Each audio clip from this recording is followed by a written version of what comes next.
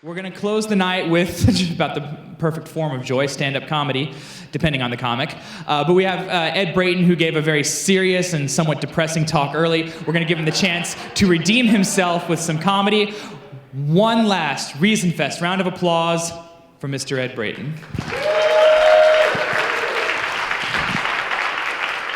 Thank you. Can you guys hear me? Huh? I already masturbated. I don't know about you guys. How about Daryl Ray's talk? That was pretty amazing, wasn't it? Yeah. Ordinarily, I have to pay $3.99 a minute to hear that kind of stuff, so I was thrilled.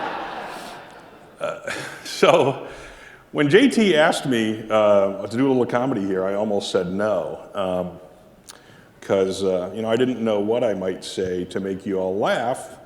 I considered just showing 15 or 20 minutes of footage of JT playing poker. You are a bastard. But instead, I just want to give you this gift. He forgot to mention that I'm also a poker god. And for those of you who don't know the story... Change your flight at 5 in the morning right now, by the way. I'll still be up, that works. For those of you who don't know the story, a couple of years ago, JT decided that he could beat me at poker, and he challenged me. And so we made a bet. We both flew out to Denver for a charity poker tournament that benefited the Foundation Beyond Belief. And we made a bet that whichever one of us lasted longer in the tournament, the other one would have to go to Skepticon and wear a t-shirt declaring the other one to be a poker god. You can probably surmise who won. In fact, I knocked him out of that tournament twice, because after he was knocked out the first time, they decided they were going to allow people to rebuy into the tournament, and I had to beat him again. We had a little bit of a rematch, I don't know, 3-4 months ago. Are you going to get to comedy at any point? They're all laughing.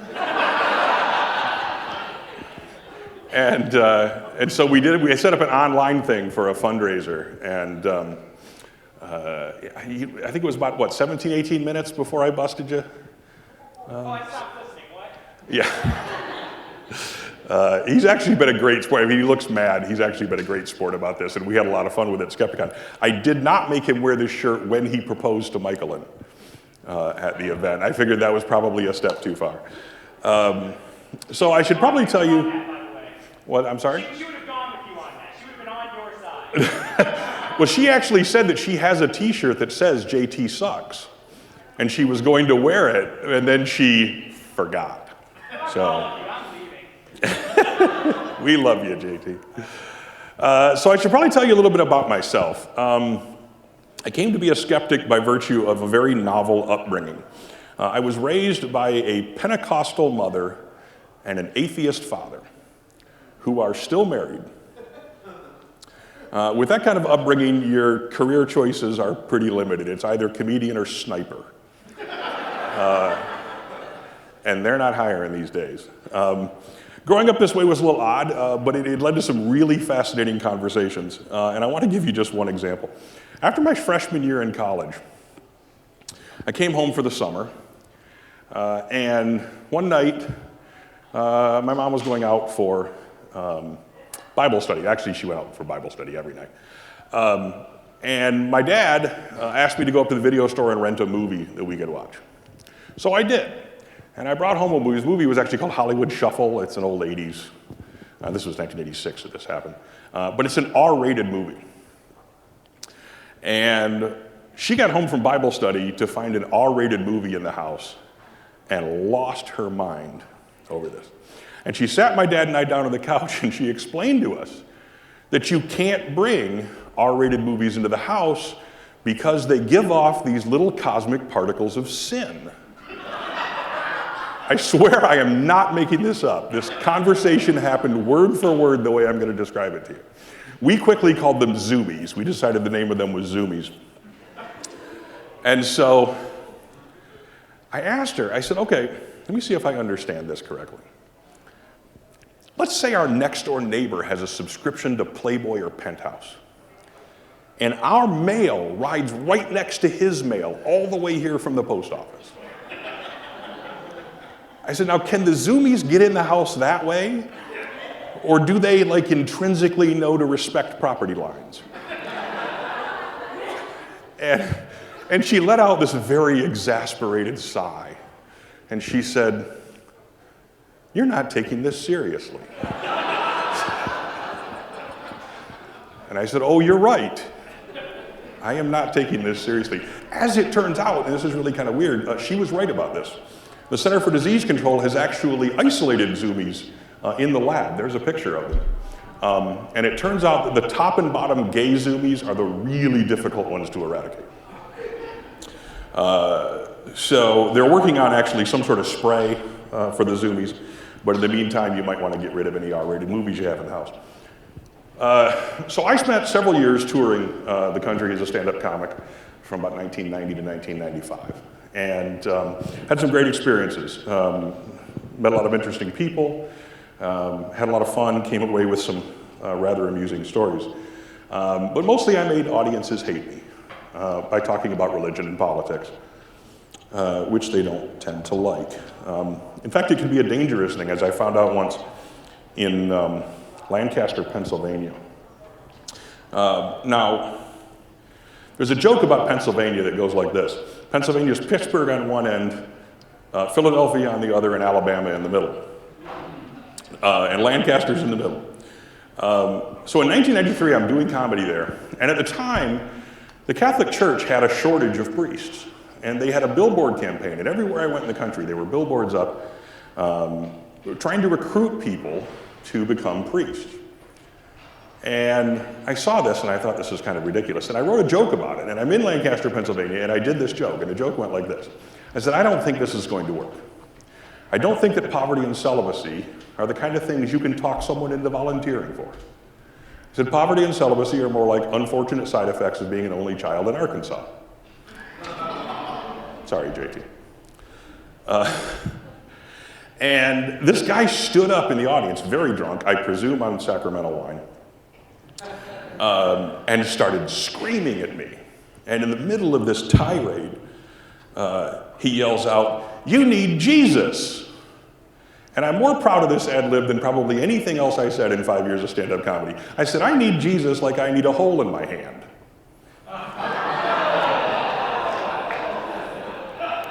And he actually kicked his chair over and went running at the stage to kick my ass.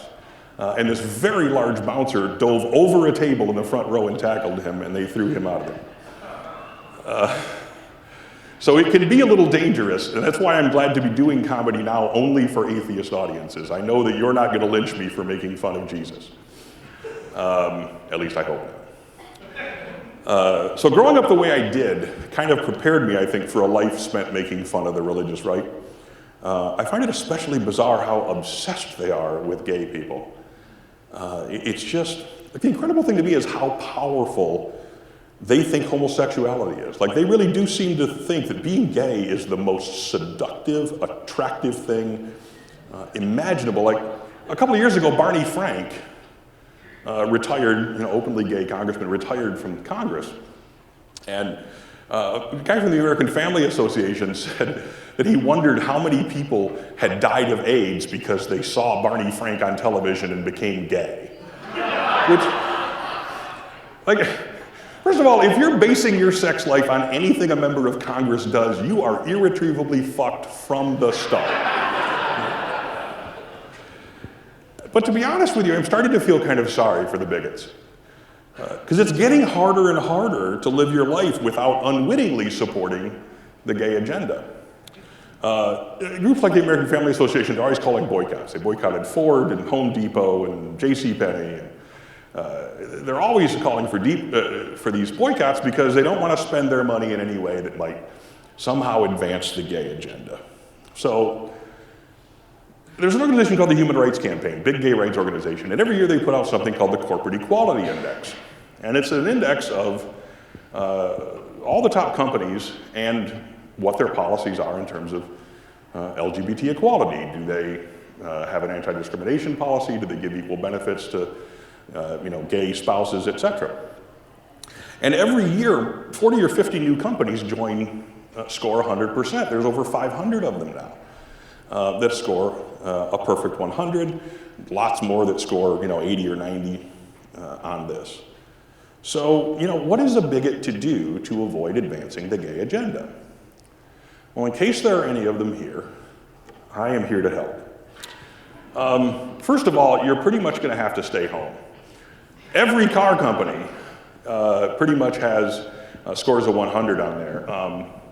Volvo's not on there, but they're Swedish, and you know how those Swedes, Scandinavian people think that gay people are human beings or something. It may be horse and buggy time, but look on the bright side, at least your mode of transportation will match your religious views. If you somehow do manage to make it to the airport, you're pretty much stuck there. All of the major airlines score 100%. Boeing scores 100%, so you can't even find any other airline that might use Boeing. Airbus is a European company, and again, you know how those Europeans are. You could go Greyhound, I suppose, but I don't recommend looking in the men's room. There's some people here who've taken Greyhound. Ironically, you can't even join the military these days. The top 5 defense contractors in the United States, all of them score a perfect 100. You can't even join the military without advancing the gay agenda these days. Even our brave fighting men and women are using weapons that advance the gay agenda, but if they don't ask, then we won't tell. Shopping could be a problem too. Abercrombie & Fitch, The Gap, JCPenney's, all of these companies score a perfect 100, so you really have nowhere to shop for clothes. In a pinch, I suppose you could use a plain white sheet.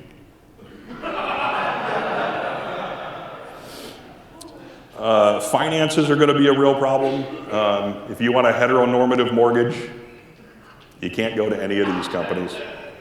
If you need a morally upstanding credit card, you have to avoid American Express, MasterCard, and Visa, pretty much the 3 big boys. You can't do Discover either. They're owned by Morgan Stanley, which got 100. In fact, banking in general is going to be a real problem for the righteous, and you might as well give up on investing your money, pretty much anywhere. All of these companies get a perfect score on the sodomy scale. I guess that leaves the old coffee can under the bed, but you make sure it's not Maxwell House or Gevalia, because they're owned by Kraft Foods, which, you guessed it, got a perfect 100.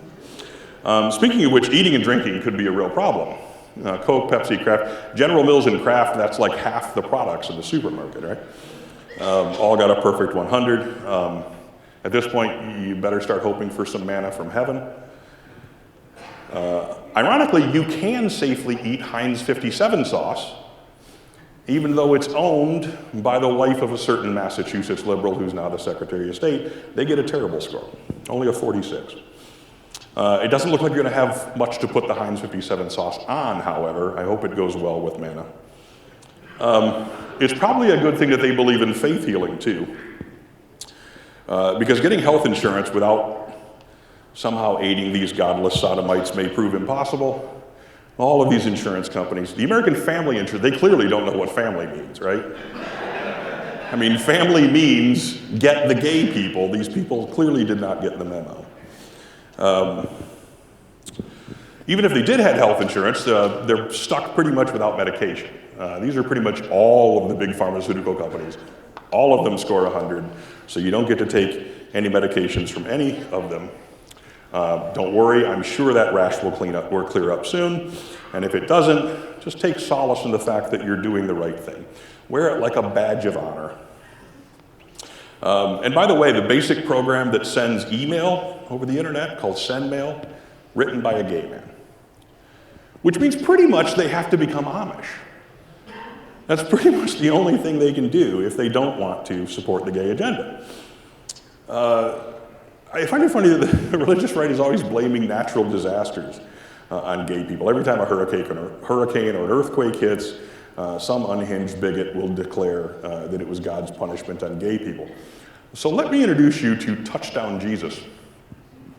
Cincinnati, just outside of Cincinnati, Ohio on I-75, is a church that for many years had Touchdown Jesus coming out of the ground like a zombie there. Well, a few years ago, a great big electrical storm hit the area. Guess what happened to Touchdown Jesus? Took a direct hit So now here's the irony. Right across the highway from Touchdown Jesus, there's a Hustler Hollywood store. Not a scratch.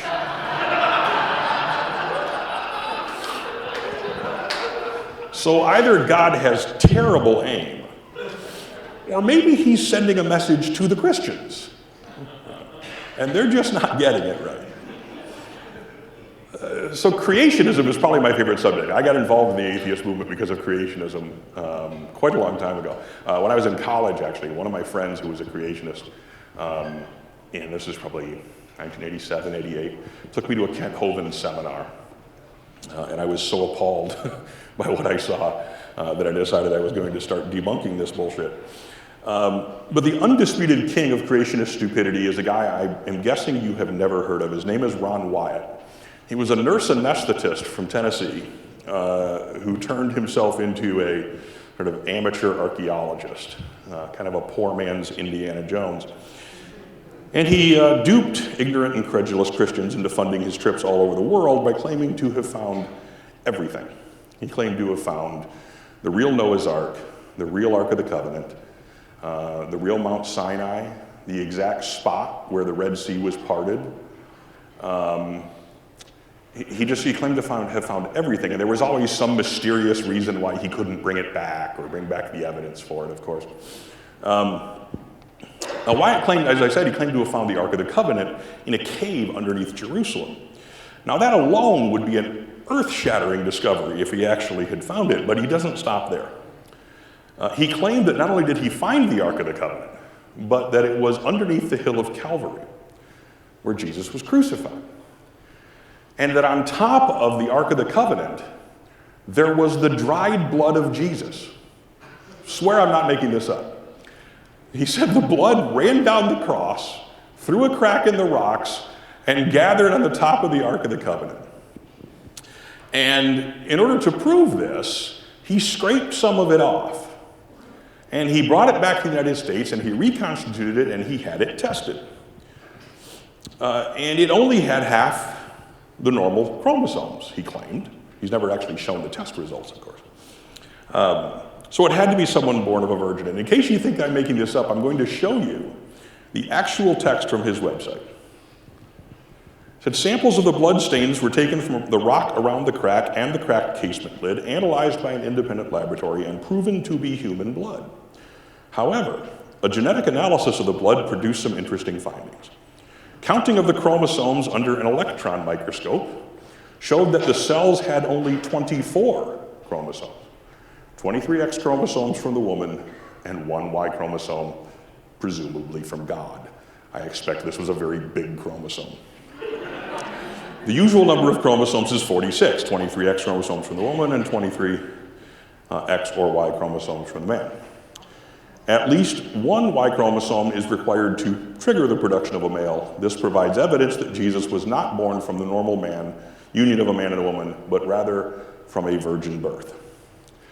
So there you have it. If any of you have ever wondered what the H stands for in Jesus H. Christ, it stands for haploid.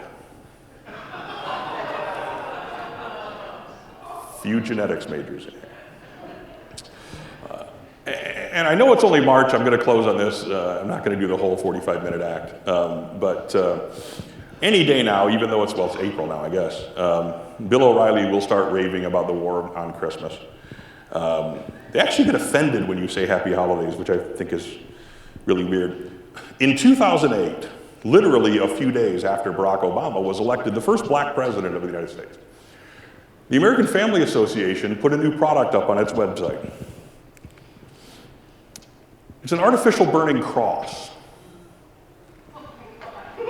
They actually started selling this just before Christmas in 2008. This is for that special someone who truly is dreaming of a white Christmas. Thank you very much.